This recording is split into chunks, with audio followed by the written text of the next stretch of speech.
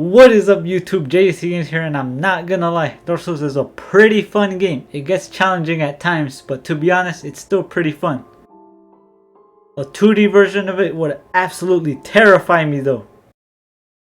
Holy shit! Blasphemous is a Souls-like Metroidvania that takes religion just a bit too seriously. Okay, no, but seriously, Blasphemous is a Metroidvania game with its story revolving around religion and its gameplay taking a lot of inspiration from Dark Souls, and with this combination, you get a great game. Oh, who would have thought? JJC Games saying a game is great, just like the last 3 times he said it. Look man, I get it. I keep saying games are good, and that's because, well, all the games I've been playing recently have been good. Whoa, anyway, let's begin reviewing Blasphemous. Starting off with the gameplay. Well, the gameplay is pretty good.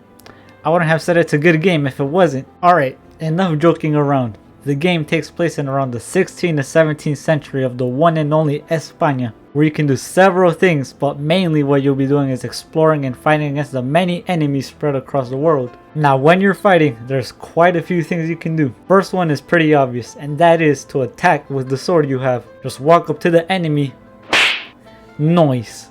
Of course it's not that simple with the boss fights, but we'll cover those later. Next, you can dash to go through small spaces, go through enemies without taking damage, or to dodge attacks. So it's basically an iframe. Now this is very useful because you can walk up to an enemy and they're like, yo, I'ma mess you up. And you're like, nah fam, I got the power of iframes. They're like, what? Anyway, the iframes are very useful, just like in any other games they're in. Up next is wall climbing. This one's also pretty obvious. You indeed do climb the walls. 90% of the time uses it for exploration rather than in fights, but either way, it's still a good mechanic when exploring. It can save you from dying from fall damage, and it's just very helpful when you're just exploring the world and trying to find the next location to continue the story. Moving on to executions, and yes, it's just as brutal as it sounds. When you're fighting an enemy, sometimes they can become stunned from your attacks, which then you can hit them with an execution, which is kind of graphic. I don't even know if I can show this on YouTube.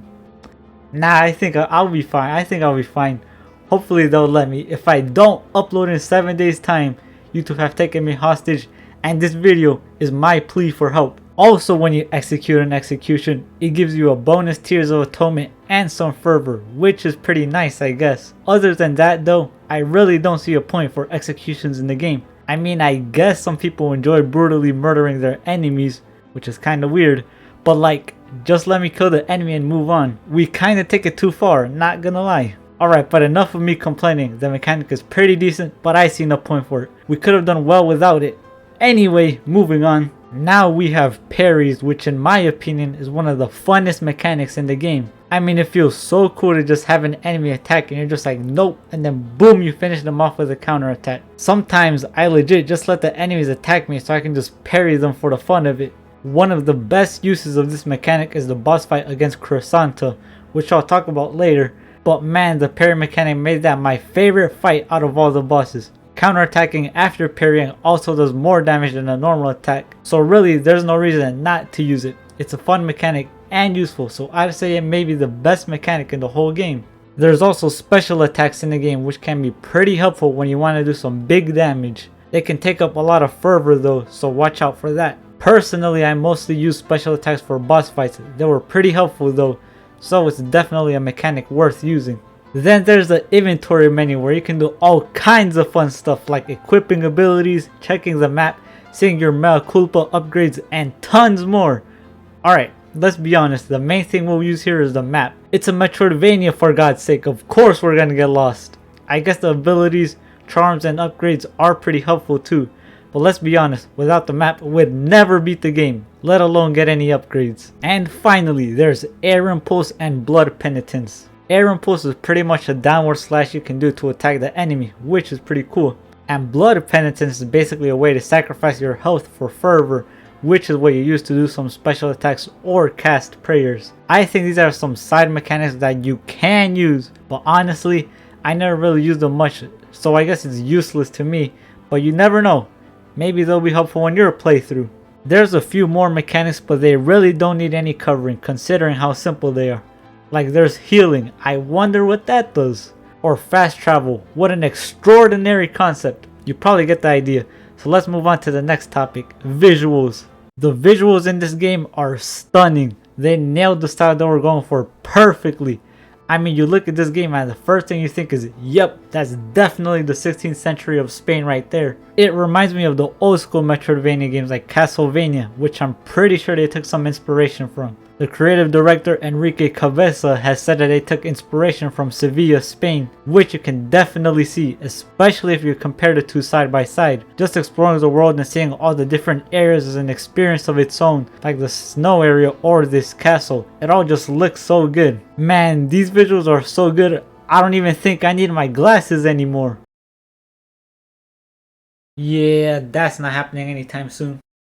All in all, the visuals in this game are nice. The artists did a really great job using the old Castlevania theme, modernizing it and combining it with Sevilla, Spain style. It might not be for everyone, but in my opinion it's a great art style and they executed it perfectly. And now, the moment you've all been waiting for, time to review the soundtrack. What do you mean no one was waiting for this? I know I have at least one subscriber. They unsubbed.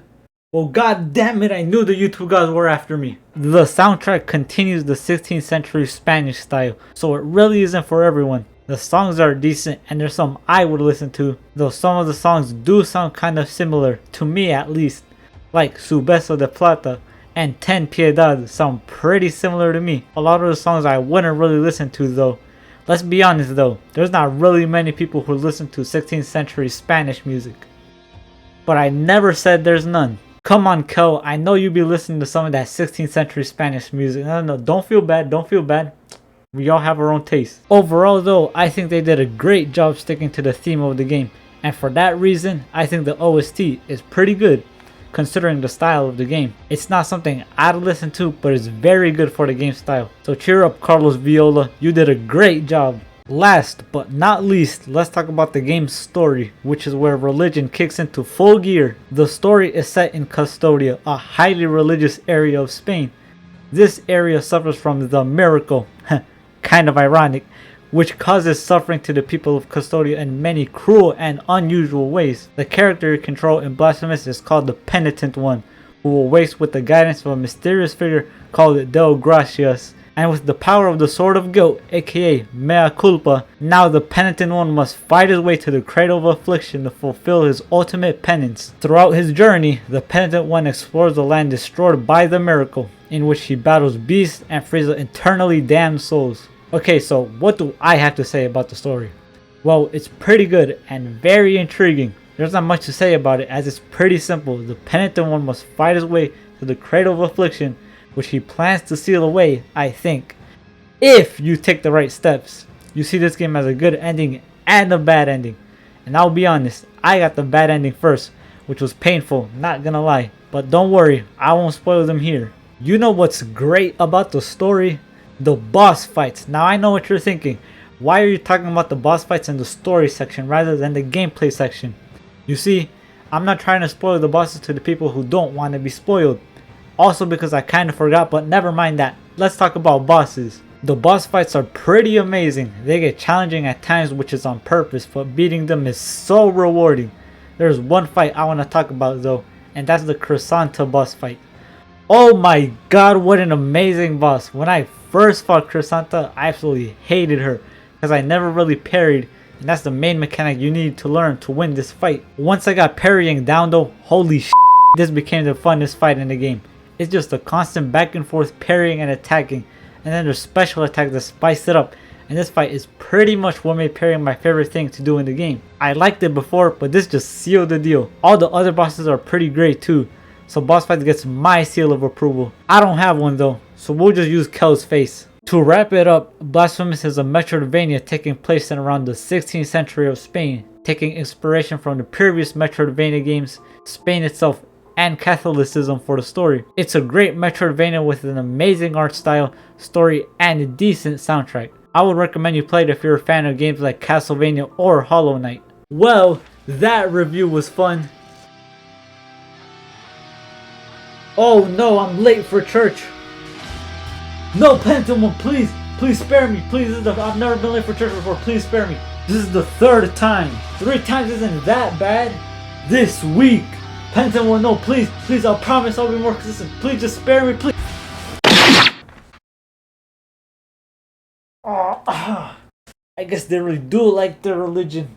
It's not like I care anyway, I'm an atheist. No, Penitent one, no, I didn't say that.